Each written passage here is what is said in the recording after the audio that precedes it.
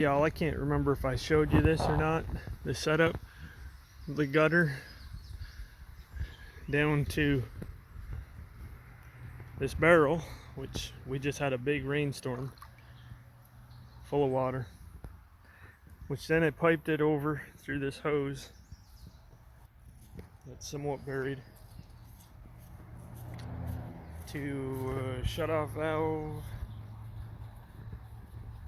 and into this barrel. So that barrel gets full, this barrel gets full, and if I don't keep a plug in it, I think it's got a little bit of water pressure back behind it. Yeah, let's not waste any water, right? So I did that between Mom's raised beds, so she would have a way to water all 6 beds right from here.